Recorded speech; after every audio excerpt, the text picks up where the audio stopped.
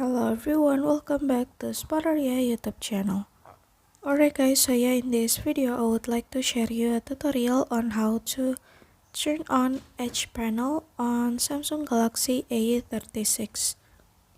Alright guys, for those of you who don't know what edge panel is, so edge panel in Samsung basically a shortcut feature that allows users to quickly access frequently used apps, feature and contacts. And how to turn it on is very easy. So yeah, without any further ado, now let's get started to the tutorial. Alright guys, so yeah, the first thing first is now you can go to settings menu on your phone like this.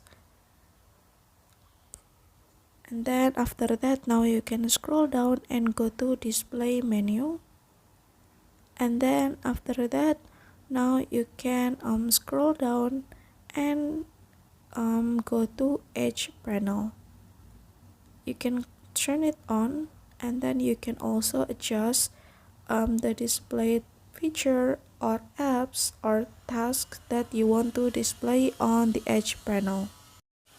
And for this time I will change the apps and I will add the frequently used app to my edge panel.